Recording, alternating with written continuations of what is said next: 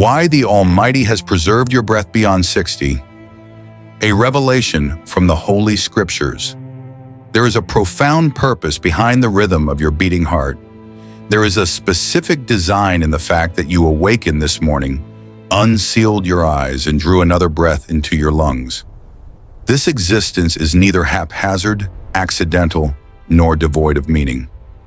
The Creator Himself has shepherded you through decades of euphoria and agony, through triumphs and defeats, through raucous laughter and bitter tears. And here you stand, having crossed the threshold of 60 years, still upright, still respirating, still a vital character in His grand narrative. Reflect upon this mystery. How many tempests have you weathered that you were certain would obliterate you? How many midnights did you lie awake, convinced your eyes would never behold the dawn? Yet the divine sustained you. His invisible hand acted as your shield when you were oblivious to the danger. Your physical vessel bears the etchings of time. Your spirit carries both the jagged scars and the melodic anthems of a lifetime. You have traversed paths that younger souls cannot even conceive in their dreams. You have witnessed the ascent and collapse of seasons, alliances, and fortunes. And yet God has not shut the tome of your existence. This epoch of your life is not a silent retreat into the shadows. It is a hallowed chapter, a season where the clamor of the mundane world softens and the whisper of the divine becomes piercingly clear. It is a time when every sunrise you witness carries greater gravity, deeper intent, and more eternal significance. The reality that you walk this earth after 60 years signifies that heaven has unfinished business for you, missions to execute, sights to behold, words to utter, and a destiny to become. You are not merely surviving, you are being supernaturally preserved for a celestial cause, and perhaps, just perhaps, the most monumental impact of your odyssey has yet to unfold. Number 1, you remain because the divine architect's blueprint for you is incomplete. If your pulse persists, it is a signal that heaven has not concluded its work with you. The Holy Scriptures declare in Job 14:5 that the span of our days is decreed by the Almighty. No mortal force can abbreviate them without His sovereign permission. This implies your life is not held together by fortune, pharmaceuticals, or chance, but by the iron will of God Himself. You have outlasted plagues, heartbreaks, disillusionments, and conflicts that could have erased you from history years ago. Others marched down similar paths and have vanished into the dust. Yet God kept you, not because you possess superior strength, but because His purpose for you is still blooming. Consider Moses. At 40, he believed he understood his mandate. By 80, he likely assumed his life's labor was finished. Yet it was in that twilight season that God ignited the burning bush and commanded, "Go. I am sending you." His magnum opus began when the world would have declared it too late. Your narrative is not finished because the author is still holding the pen. There remain prayers that only you are qualified to offer. There are words only you can articulate, mercies only you can bestow, and souls only you can reach. The years you have journeyed with God have endowed you with a depth and sagacity the world famishes for right now. We often labor under the illusion that God's plan is confined to our youthful, vigorous years. But Scripture reminds us that fruitfulness can flourish in every season. Psalm 92:14 proclaims, "They will still bear fruit in old age. They will remain verdant and fresh." If you draw breath, it is because the kingdom has an assignment for you that no substitute can fulfill. Do not misinterpret the decelerating pace of life as a fading purpose.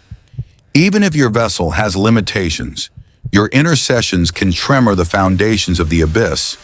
Your voice can still trumpet the truth.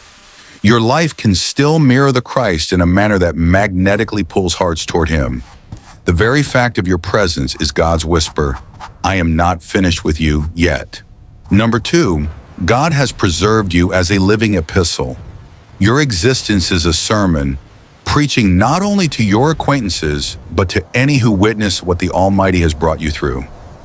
Every scar, every line on your face, every silver strand upon your head narrates a saga of fortitude and grace.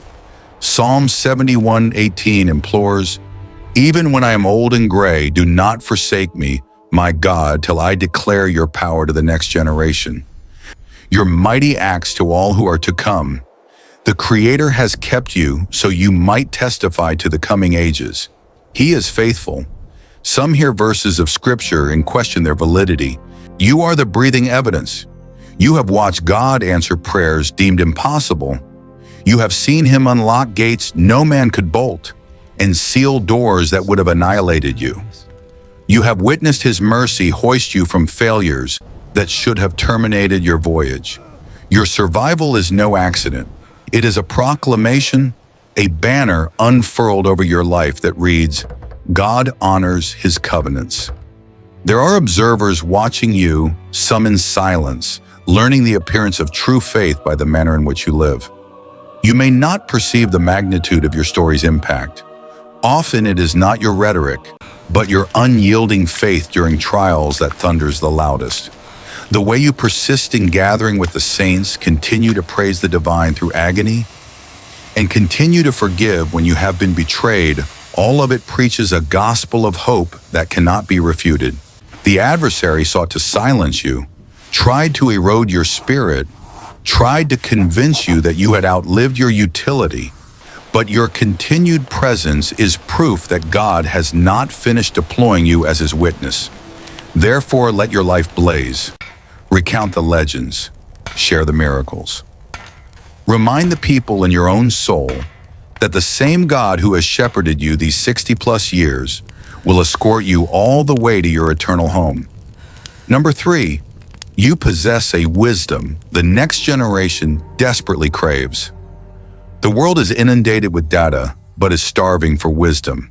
And wisdom is not acquired by consuming articles or viewing videos. It is forged in the fires of reality, in decades of tribulations, victories, heartbreaks, and moments where faith was tested in the crucible. You, my friend, carry an artifact of inestimable value. You bear the kind of wisdom that is only derived from walking with God through the shifting of eras. Proverbs 16:31 declares, "Gray hair is a crown of splendor. It is attained in the way of righteousness." Your life experience, amalgamated with your faith, is a treasure the younger generation cannot excavate anywhere else. This current generation faces adversaries you never reimagined at their age. Yet the axioms of God's word remain immutable, and your voice can serve as their anchor. When you speak of patience, it is not theoretical. It is because you have waited on the Lord for years and witnessed His arrival. When you speak of forgiveness, it is because you have been compelled to forgive deeply and repeatedly. Consider Paul writing to Timothy, a fledgling leader in the early church. Paul's letters were not mere directives. They were the transmission of hard-won wisdom, truths proven on the battlefield of faith. You possess that same calling to speak life, to instruct in truth, to help the next generation evade the abysses you were forced to climb out of yourself. Do not underestimate the potency of a conversation over coffee, a prayer whispered for a struggling young believer, or a testimony shared at the precise Kairos moment. Your words can be a lifeline to a soul drowning in confusion. Your encouragement can empower someone to choose faith over terror. The enemy desires to silence seasoned believers because he knows how formidable your wisdom is against his deceptions. But God is summoning you to open your mouth, to pour out what He has poured into you, to be the voice of steady truth in a world that shifts with every passing trend. Your wisdom is not solely for your benefit. It is a gift God intends for you to bequeath, and right now the world requires it more than ever. Number 4, you are the living proof of God's mercy and grace. Gaze back across the landscape of your life, and you will discern moments you wish you could expunge, words you wish remained unspoken, decisions you regret making, and seasons you wish you had navigated differently. And yet, here you remain forsaken, not disqualified, still beloved, still chosen. This is not due to your perfection, it is due to His mercy. Lamentations 3:22-23 proclaims, "Because of the Lord's great love, we are not consumed, for His compassions never fail. They are new every morning. Great is your faithfulness." You are the living embodiment of that verse. The fact that you remain is evidence that God's grace covers, restores, and renews. There were times your errors could have ruined you, but His mercy elevated you. There were times your weakness was insurmountable, but His strength held you steady. There were times you believed you had wandered beyond the pale, but His love drew you back. This testimony carries power because it reminds others that God does not only utilize flawless people, He utilizes ransomed people. And the truth is, your scars articulate a narrative of healing. Your past, rather than disqualifying you, actually magnifies His grace. When you confess to another, "I have failed, but God has forgiven me," you dismantle the lie that suggests we must earn His affection. When you extend kindness to a struggling soul, you are reflecting the mercy you yourself have received. The enemy wants you shackled by shame over your past so that you will remain silent. But God desires you to wield it as a beacon, proof that His grace is greater than any transgression, His mercy deeper than any fall. You are a living, breathing display of Ephesians 2:4-5. But because of His great love for us, God, who is rich in mercy, made us alive with Christ even when we were dead in transgressions. It is by grace you have been saved. So walk in that grace. Speak of that mercy. Let the world witness that, 60+ years later, His love is still holding you, still keeping you, still writing your saga. Number 5, you still have souls to impact. There are individuals existing right now whose eternal destiny could be altered because you are still present. That may sound overwhelming, but it is the truth. God has positioned you in a specific sphere of influence.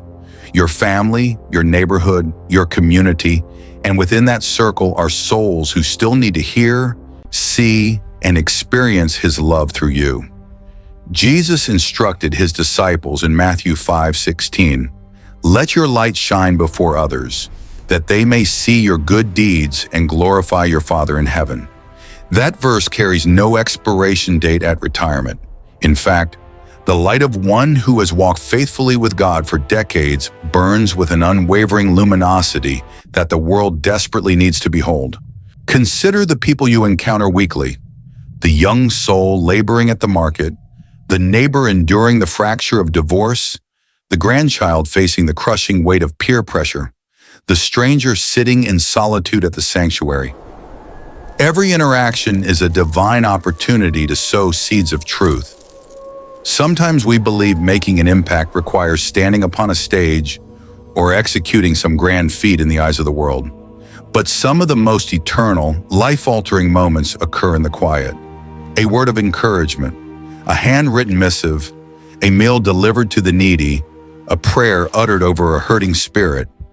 Your life carries a gravitas that only time can bestow. When you speak of God's faithfulness, people know you are not reciting a hypothesis. You are speaking from a lifetime of traversing with Him. That authenticity pulls people in. It compels them to listen. The enemy would love for you to believe your era of making a difference has concluded, but God speaks the contrary. As long as you possess breath, you possess purpose. As long as your heart beats, you have a mission. And your mission is not complete until God Himself declares it so. There are still people who will encounter Jesus because of you. There are still hearts that will be comforted by your kindness. There are still souls who will step into heaven one day and declare, "I am here because you did not surrender." Number 6, God desires to deepen your communion with Him. The later epoch of life often shears away the distractions. The career that once monopolized your days may now be in the rear view. The frenetic pace of raising children may have subsided. Friends and loved ones may have relocated or crossed the veil.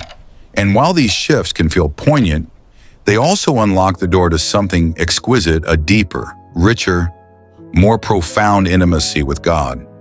Psalm 73:25 asks, "Whom have I in heaven but you? And earth has nothing I desire besides you." When you have witnessed enough of life to realize that nothing in this realm truly satisfies, you begin to treasure His presence above all else. This season is not a waiting room for heaven, it is a sacred classroom. God often utilizes these years to draw you nearer, to speak to you with greater clarity, and to refine your heart for eternity. Prayer evolves from a list of requests into lingering in His presence. Worship evolves from singing songs into total surrender. When David wrote in Psalm 27:4, "One thing I ask from the Lord, that I may dwell in the house of the Lord all the days of my life," he was not longing for a physical structure. He was longing for communion with God Himself. That is what these years can hold for you. Some fear the aging process because they believe it implies a loss of purpose. But in God's kingdom, the twilight years can be your most spiritually fruitful. Your intimacy with Him can grow deeper than ever before. You can discern His voice in frequencies you could not hear when life was noisier. God is inviting you into a season of closeness that the younger years often cannot afford. He is calling you to walk with Him in a quiet, steady rhythm, to hear His murmurs in the stillness, and to let His presence become your supreme joy. The world might slow you down, but heaven is drawing you nearer. Number 7, you are being prepared for your eternal residence. Every day you live past 60 is not only part of God's plan for earth, it is part of His preparation for the everlasting. This life is not the destination, it is the dress rehearsal. And as the years drift by, heaven approaches. The clamor of this world grows dimmer, and the reality of eternity becomes more tangible. Jesus told His disciples in John 14:23, "My Father's house has many rooms. I am going there to prepare a place for you. I will come back and take you to be with me." That promise is neither distant nor vague. It is personal. He has been preparing a sanctuary for you, and every season you have walked through has been preparing you for it. The trials you have endured have purified you like bullion in the fire. The tears you have shed have softened your heart for the joy that is approaching. The losses you have faced have shifted your focus from what is ephemeral to what is eternal. Paul wrote in 2 Corinthians 4:17, "For our light and momentary troubles are achieving for us an eternal glory that far outweighs them all." That eternal glory is closer now than it has ever been. And the preparation occurring in your soul right now is making you ready to step into the presence of the one you have loved all these years. Perceive it this way. You have spent decades learning to trust Him, to follow Him, to love Him. Eternity will be the full reward of that journey. But before you cross the threshold into that forever home, God still has a few final touches for your heart. He is sculpting your character, deepening your faith, and aligning your desires with His, so that when you behold Him face to face, your joy will be absolute. These final chapters of life are not about fading into oblivion. They are about leaning in. They are about releasing the weights that do not matter, gripping tighter to the things that do, and allowing God to prepare you for the moment you finally hear, "Well done, good and faithful servant." Conclusion. You are here for a sacred mandate. If you have navigated this far past the storms, past the losses, past the battles, is because God's hand has anchored you here. Not merely to exist, not merely to survive, but to fulfill every ounce of purpose He still holds for you. You are here because your narrative is still being inked. You are here because there are still people to love, still prayers to offer, still truths to articulate. You are here because the kingdom still requires what only you can provide. 60 years is not the terminus of your utility. It is the portal to your most meaningful years. These are the years when your faith blazes brighter, your words carry more gravitas, and your example resonates louder than ever before. So do not squander a single day. Awaken each morning knowing that the same God who carried you through every valley and every victory is still with you. Walk with audacity, speak truth, love deeply, and keep your eyes fixed on the eternal horizon. Because one day, sooner than you anticipate, you will step into that eternal home He has been preparing for you. And all of heaven will know you completed your race with honor